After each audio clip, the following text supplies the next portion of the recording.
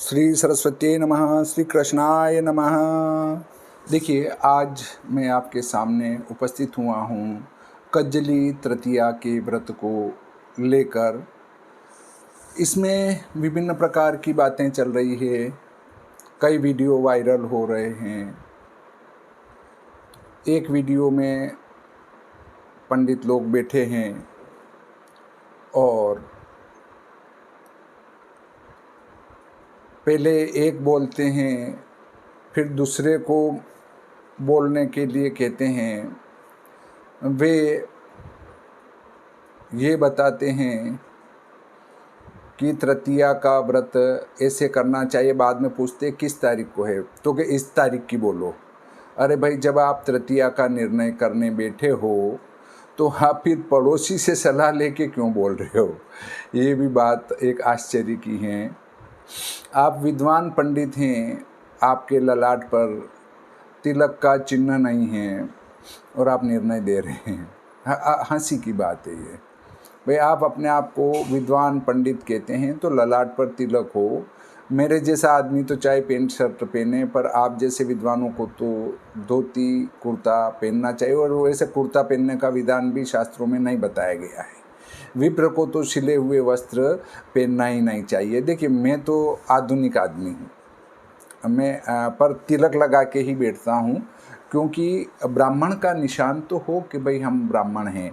उसके बाद मूल बिंदु पर आते हैं। दूसरे वीडियो में जो है कई लोग बैठे हैं कि इतने पंडित हम इकट्ठे हुए हैं। अरे भाई, और बोल 2 सदस्य रहे हैं, तो ऐसे तो मैं भी 50 जने इकट्ठे करके और कोई वीडियो बना लूँ तो वो एथेंटिक नहीं हो जाता। और कोई भी व्यक्ति कह रहा है वो एथेंटिक नहीं होता। हम जो बात करें वो धर्मशास्त्र को लेकर करें कि धर्मशास्त्र में क्या लिखा है। हम एक पंचांग को लेकर अगर मार्केट में बातें करें तो यह भी उपयुक्त नहीं है। एक बहुत बड़े विद्वान और दूसरे भी एक बहुत बड़े विद्वान, ऐसे 2 बहुत बड़े विद्वान ये कह रहे हैं कि फलाने पंचांगकर्ता ने तो गलती स्वीकार कर ली है। तो मान भी लेते हैं कि उनने गलती स्वीकार कर ली, या मानते हैं कि गलती स्वीकार कर ली, तो आप सबसे बड़े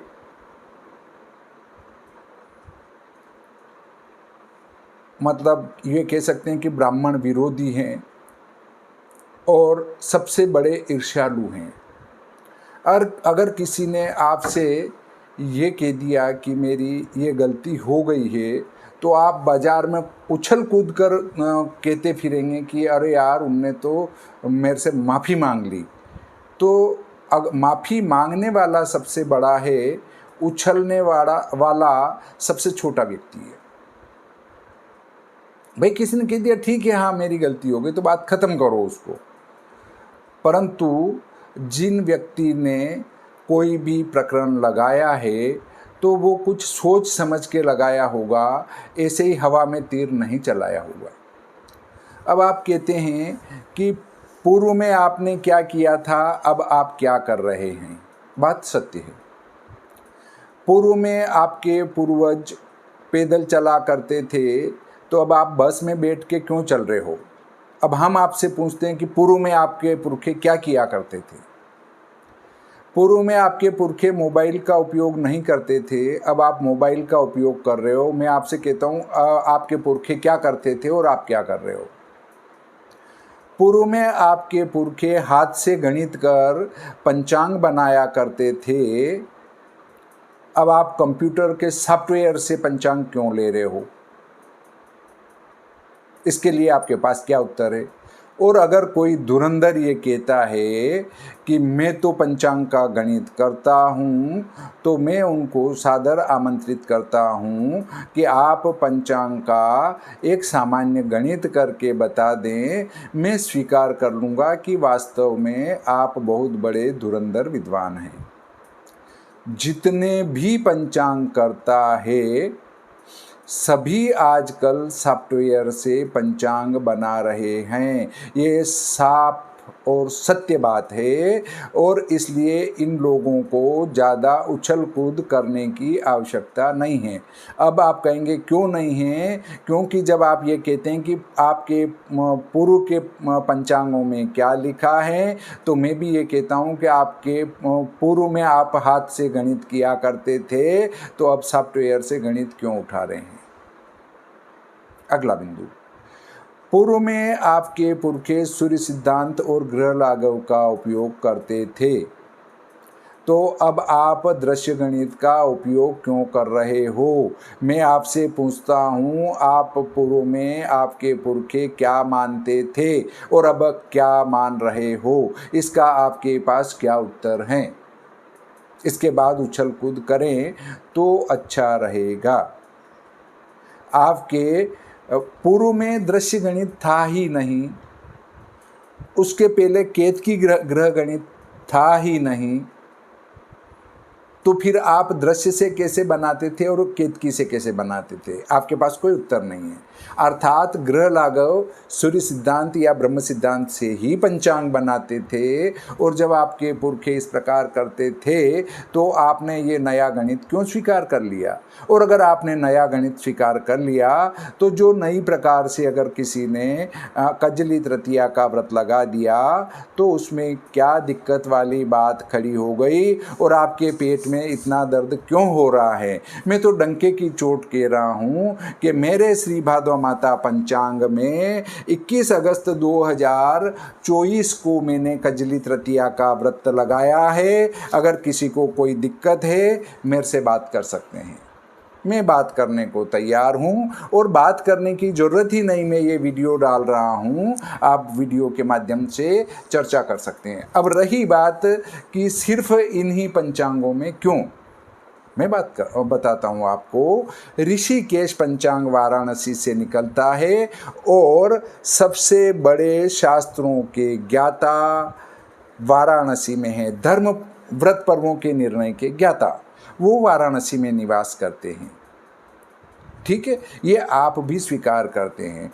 कुछ अपना जो है बैठक करके कह रहे हैं कि ये छोटी काशी है, अर्थात बड़ी काशी कोई दूसरी है, और बड़ी काशी जो है उस बड़ी काशी के विद्वान जो निर्णय कर रहे हैं वो गलत नहीं कर सकते हैं।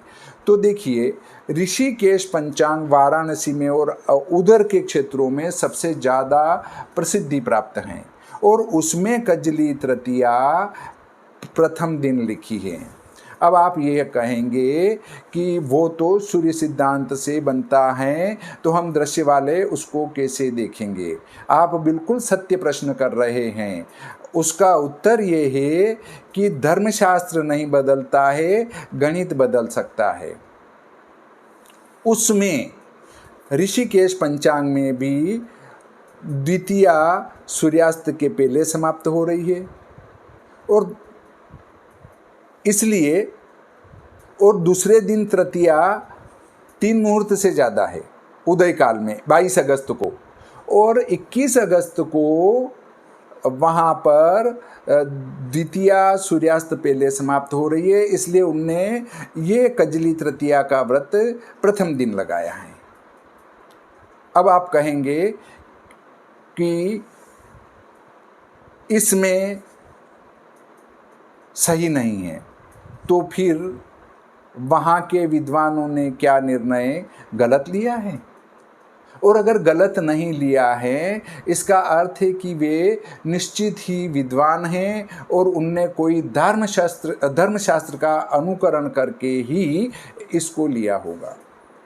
एक बात और उत्पन्न होती है कि तीज का चंद्रोदय, एक मैंने सुना है कि तीज का चंद्रोदय 22 अगस्त को होगा।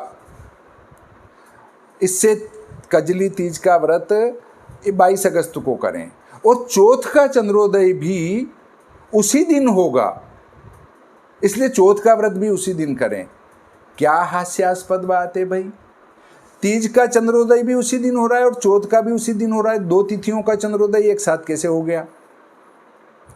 व्रत के निर्णय में, चतुर्थी व्रत के निर्णय में ये बात आती है कि उसको चंद्रोदय व्यापिनी लेना। यदि दोनों दिन चंद्रोदय व्यापिनी न हो तो दूसरे दिन लेना। इसका अर्थ ये नहीं कि चंद्रोदय चौथ का उस दिन हो रहा है। आप धर्मशास्त्रों को अच्छी प्रकार पढ़ने के बाद ऐसे ऊटपटांग बयान जारी करें। द्वितीया का और चतुर्थी का चंद्रोदय एक साथ 22 अगस्त को नहीं होगा। तृतीया का चंद्रोदय 21 अगस्त द्वितीया बुधवार को होगा और चतुर्थी का चंद्रोदय चतुर्थी गुरुवार अर्थात 22 अगस्त को होगा। इसलिए आप किसी भ्रम में न पड़ें और तृतीया का जो चंद्र दर्शन आप करते हैं वो 21 अगस्त को ही सत्य और सही हैं। अगली बात उत्पन्न होती है कि तृतीया को चतुर्थीयुता करना रंभा व्रत को छोड़कर, ये बात बिल्कुल सत्य है, परंतु युग्मायुग्म वाक्य कहता है कि तृतीया का युग्म द्वितीया के साथ है, अर्थात द्वितीया और तृतीया का युग्म है और जब युग्म तिथि उसकी पूर्व है। अगर किसी व्रत में कोई व्यवस्थित धर्मशास्त्र नहीं बताता हो, धर्मशास्त्र का वचन नहीं हो और कोई व्रत को निर्णय कर असमंजस वाली स्थिति हो तो उसके शुभ युग्म वाली तिथि को ले लेना चाहिए। तो चूंकि तृतीया का शुभ युग्म द्वितीया के साथ है, अगर हम ये कहें कि तृतीया कभी भी द्वितीया युता नहीं लेना, ये लिखा है, काल माधव में लिखा है, परंतु युग्म वाक्य बनाने वाले क्या इस बात को नहीं जानते थे कि तृतीया को चतुर्थी युता ही लेना, द्वितीया युता नहीं लेना? फिर भी उनने द्वितीया और तृतीया का युग्म शुभ माना है। इसका अर्थ है कि तृतीया का व्रत द्वितीया को कर सकते हैं चंद्रोदय व्यापिनी में। आगे युग्म इसमें यह भी लिखा है कि जो कोई भी महिला द्वितीया से युक्त तृतीया का व्रत करती है तो वो विधवा हो जाती है, न वो नरक में जाती है, न उसका ये नुकसान हो जाता है, ये भी शास्त्र में लिखा है। परंतु अब वहाँ चलते हैं एकादशी के व्रत के वहाँ पर कि जब अगर किसी व्रत को करने से कोई नरकगामी हो या कोई विधवा हो तो एकादशी व्रत करने वाले तो आधे लोग या एक पंथ के लोग तो सीधे नरक में चले जाएंगे या माता बहनें विधवा हो जाएगी। अब आप कहेंगे क्यों? क्योंकि स्मार्त व्रत अलग तिथि में करते हैं और वैष्णव लोग अलग तिथि में व्रत करते हैं और निम्बार्क वाले फिर अलग में करते हैं। इसका अर्थ है कि निम्बार्क वाले जो व्रत करते हैं और वैष्णव वाले जो व्रत करते हैं या तो वे नरकगामी होंगे या वे महिलाएं विधवा हो जाएगी, या स्मार्त वाले जो है नरकगामी होंगे और वो महिलाएं विधवा हो जाएगी। क्या उस एकादशी पे ऐसा घटित नहीं होगा? होगा। तो इसी प्रकार जन्माष्टमी का व्रत करने वाले भी एक मार्ग के लोग विधवा और नरकगामी होंगे। क्यों? क्योंकि जन्माष्टमी स्मार्त वाले तो निशित व्यापिनी लेते हैं और वैष्णव और निम्बार्क संप्रदाय वाले उदय व्यापिनी लेते हैं। अगर उससे नरक में जाते या विधवा होते तो कई नारियां विधवा हो चुकी होती और कई लोग नरक में चले गए होते सीधे के सीधे, क्योंकि व्रत हमेशा 2 दिन होता है, अष्टमी का और एकादशी का। स्मार्त वैष्णव और निम्बार्क ये भेद हैं, इसलिए या तो वैष्णव वाले नरक में और विधवा हो जाते या स्मार्त वाले नरक में या विधवा हो जाते। तो ऐसा कुछ नहीं है। किसी के भ्रम में और बहकावे में न आते हुए 21 अगस्त को ही प्रामाणिक माने। अब मैं आपको दोनों बात बताता हूँ। मैंने एक वीडियो में कहा था कि मैं व्रत पर्व को एक करने के लिए प्रयासरत हूँ और हमारे कई लोग इसमें प्रयासरत हैं कि सभी मिलकर व्रत को एक दिन किया जावे ताकि जनता भ्रमित नहीं हो। यदि अगर अगले वर्ष ऐसा होता है कि सभी मिलकर कहते हैं कि उदय व्यापिनी तृतीया में ही इस व्रत को लगाएं तो मैं भी उनके साथ हो जाऊंगा। तो एक भाई साहब का पेट दर्द होने लगा और उनने कहा कि देखो इनने भी गलती तो स्वीकार कर ली है और कहा कि मैं भी अगले साल से दूसरे दिन लगाऊंगा, परंतु जिद पकड़े हुए हैं। जिद नहीं पकड़े हुए हैं, आपको धर्म वचन चाहिए तो मैं धर्म वचन भी बताने के लिए तैयार हूँ, परंतु एक रूपता करने के लिए मैं समझौता भी कर सकता हूँ। धर्म वचन भी मैं आपको बताता हूँ जो कि किसके पक्ष में है, जो आपके उस चंद्रोदय व्यापिनी तृतीया के पक्ष में हैं। वो धर्म वाक्य भी मैं आपको बड़े प्रेम से बताऊंगा, आप उनको देख सकेंगे और आगे ये कह सकेंगे कि नहीं, मैं जो कह रहा हूँ वो परम सत्य, वो भी सत्य है, आप जो कह रहे हैं वो भी सत्य है। परंतु माता बहने जो उदय व्यापिनी चंद्र में, उदय व्यापिनी चंद्रोदय अर्थात चंद्रोदय व्यापिनी तिथि में जो व्रत करके उसका पारना करती हैं, तो वो 21 अगस्त को ही सत्य हैं। अब दूसरी बात, इस तृतीया को लेकर जो हवा बनाई गई है वो अनावश्यक हैं, कुछ लोगों को दबाने के लिए, कुछ लोगों को दबाने के लिए इसकी हवा बनाई जा रही और माहौल बनाया जा रहा है। तो अब मैं आपको बता दूं कि यह व्रत सिर्फ राजस्थान में किया जाता है। राजस्थान में भी जयपुर, ये निम्बाहेड़ा, चित्तौड़, अजमेर, जयपुर और भरतपुर, उसके बाद आपका और इधर सालासर बालाजी वगैरह, ये वाला क्षेत्र, इसको छोड़ के बाकी जो यहाँ के लोग अन्यत्र निवास करने लगे हैं वे और हमारे माहेश्वरी भाई, ये ही इस व्रत को ज़्यादा महत्व देते हैं। बाकी भारत में इसको कहीं नहीं देखा जाता है। कुछ लोग अब देखने लगे होंगे, परंतु इसका माहौल इसलिए बनाया जा रहा है कि किसी विशेष व्यक्ति को दबा दिया जाए, सब एक होके दबा दो। अब जो मेरे भाई लोग एक वीडियो शेयर कर रहे हैं बीकानेर का, ठीक है, वो सत्य है। अब आप उसको सत्य मानते हैं तो वे जो विद्वान लोग कह रहे हैं कि अमुक पंचांग में तो जन्माष्टमी भी गलत लगाई और श्राद्ध भी गलत लगाए। अब आप लोग अगर इस पंचांग में गलत लगाए तो वैसे ही जन्माष्टमी का निर्णय आपके पंचांग में भी किया गया है और श्राद्ध का निर्णय भी आपने उसी प्रकार से किया है। तो इसका अर्थ है कि आपके पंचांग में भी जन्माष्टमी गलत लगाई गई है और आपके पंचांग में भी श्राद्ध गलत लगाए गए हैं। ये उस वीडियो को आप जो प्राथमिकता देते हैं, प्रधान मानते हैं और आप शेयर करते हैं, इसका अर्थ है कि आपने भी ये चीज़ें गलत लगाई है। आप भी ये गलती स्वीकार करें कि हमने जो जन्माष्टमी हमारे पंचांग में लगाई वो हमने भी गलत लगाई है उस वीडियो के आधार पर। मैं नहीं कह रहा हूँ आपने गलत लगाई, उस वीडियो के आधार पर। और दूसरा, श्राद्ध भी आपने गलत लगाए हैं उस वीडियो के आधार पर, यह सिद्ध होता है। अब अगली बिंदु पर आते हैं कि मैं नहीं कहता, ये कह रही है व्रत परिचय पुस्तक, उसमें लिखा है कजली तृतीया। यद्यपि यह व्रत कृत्य रत्नावली में ये आया है, यद्यपि यह व्रत वाक्य विशेष या देश भेद से श्रावण में किया जाता है। श्रावण में किया जाता है ये देश भेद से, ये मैं नहीं कह रहा, ये पुस्तक कह रही। ये पुस्तक है गीता प्रेस गोरखपुर की है और इसमें लिखा है। आप कहेंगे इसको एथेंटिक नहीं मान सकते, इसको शास्त्र प्रमाण नहीं मान सकते, ये मान्य नहीं है। मैं मानता हूँ, ठीक है, आप जो कह रहे हैं आपकी बात सत्य है। तो फिर गीता प्रेस से निकलने वाली क्या सारी पुस्तकें अप्रामाणिक हो गई?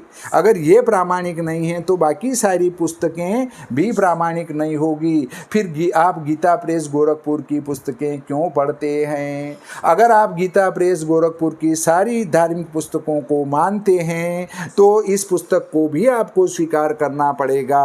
और इसमें लिखा है कि इसको देश भेद से श्रावण में भी भी करते हैं, किंतु भाद्रपद कृष्ण तृतीया को व्यापक रूप में ये इसको किया जाता है। माहेश्वरी वैश्य इस दिन जो गेहूँ, चने और चावल के सत्तू में घी, मीठा और मेवा डालकर उसके कई पदार्थ बनाते हैं और चंद्रोदय के बाद उसी का एक बार भोजन करते हैं। इस कारण यह व्रत सातुली तीज अथवा सतवा तीज कहलाता है।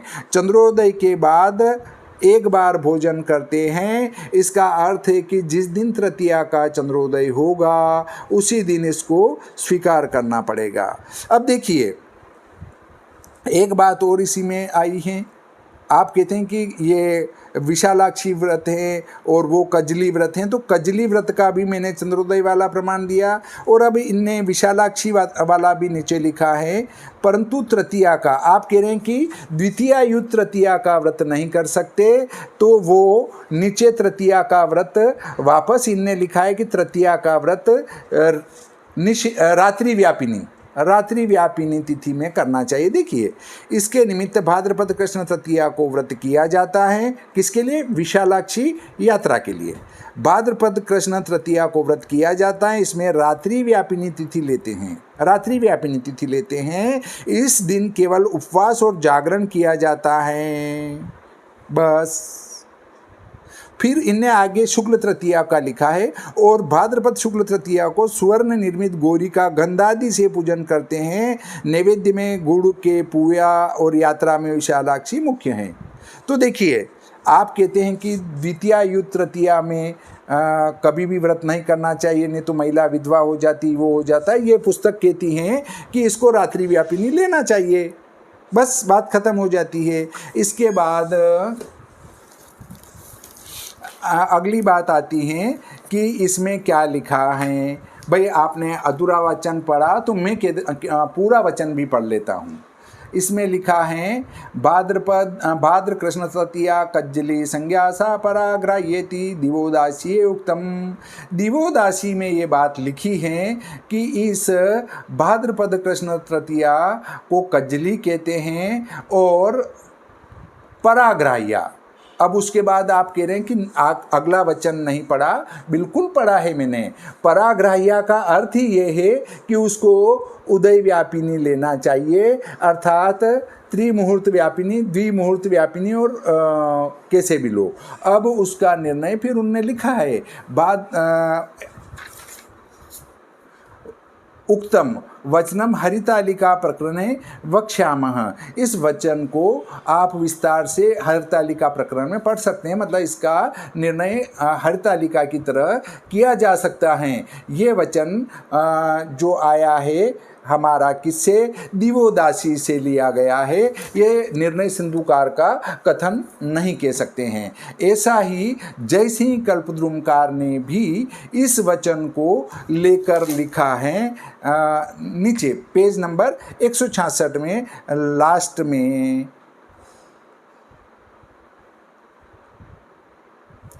भाद्रस्य कजली कृष्णा शुक्ला च हरितालिका इति दिवोदासोदारत वचनाच। वो का वही वचन जो इसमें लिखा है वो दिवोदासी का मत लेकर उनने यहाँ 166 पेज पर जयसिंह कल्पद्रुमकार ने लिखा है। उससे ऊपर 166 पेज पर ही जयसिंह कल्पद्रुमकार ने ये लिखा है भाद्रपद कृष्ण तृतीयायाम विशालाक्षी यात्रोक्ता काशी खंडे।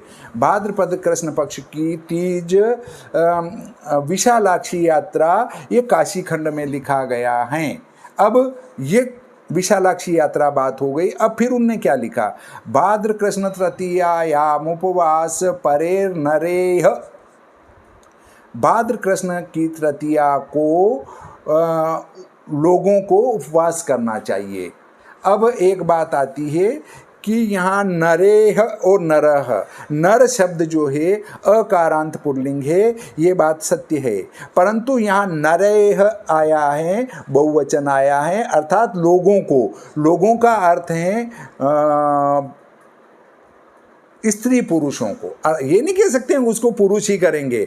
अर्थात यदि आप ये कहते हैं कि ये नरेह का अर्थ पुरुषों के लिए आया है, तो फिर धर्मशास्त्र में कहीं भी ये वाक्य नहीं आया है कि नपुंसकों को ये व्रत करना चाहिए। तो क्या फिर नपुंसक किसी भी दिन व्रत नहीं करेंगे? किसी भी शास्त्र में ये नहीं आया है कि बालकों को ये व्रत करना चाहिए, बालिकाओं को ये व्रत करना चाहिए। तो क्या फिर बालक और बालिकाएं कोई भी व्रत नहीं कर सकती? अर्थात जहाँ नरेह आया है, मनुष्यों को अर्थात स्त्री पुरुष दोनों को इस कृष्ण तृतीया को उपवास करना चाहिए। फिर क्या लिखा? तृतीयायाम उपवास परे नरेह कृत्वा जागरणम रात्रो विशालाक्षी समीपतः। विशालाक्षी माता के पास जागरण करना चाहिए, और जहाँ विशालाक्षी माता नहीं है वहाँ देवी माँ के पास ही इसका जागरण कर लेना चाहिए। अत्र रात्रि व्यापिनी ग्राह्या रात्रो जागरणम विदानात। यहाँ अत्र रात्रि व्यापिनी, यहाँ पर रात्रि व्यापिनी ग्रहण करना चाहिए, रात्रि में जागरण के विधान से। मान लेते हैं कि ये तो विशालाक्षी माता का पूजन है, तो आप जो ये कह रहे हैं कि द्वितीया युता तृतीया तो करनी ही नहीं चाहिए रंभा व्रत को छोड़ के, तो क्या ये जय सिंह कल्पद्रुमकार को इन बातों का ज्ञान नहीं था, जिनने हमारे दिवोदासी का मत लिया है, हमारे अन्य पुराण समुच्चय, भविष्योत्तर पुराण आदि आदि जो ग्रंथ हैं, कृत्यसार समुच्चय आदि ग्रंथों का जो इनने विवरण लेके लिखा है, काल माधव का भी इनने उल्लेख किया है कई स्थानों पर, तो क्या इनने वो वचन नहीं पढ़ा होगा कि द्वितीयायुता तृतीया करने से नरकगामी हो जाते हैं? अगर उनने पढ़ा तो ये भी कुछ सोच के ही लिखा होगा। इसलिए माता बहनों को चंद्रोदय व्यापिनी तृतीया में व्रत करने में कोई दोष नहीं है, और निसंकोच भाद्रपद कृष्ण पक्ष द्वितीया बुधवार 21 अगस्त 2024 को कज्जली तृतीया का व्रत करना चाहिए। इसमें कोई संदेह वाली बात नहीं है। इस प्रकार आज का ये प्रकरण यहीं समाप्त करते हैं। श्री सरस्वती नमः। श्री कृष्णाय नमः।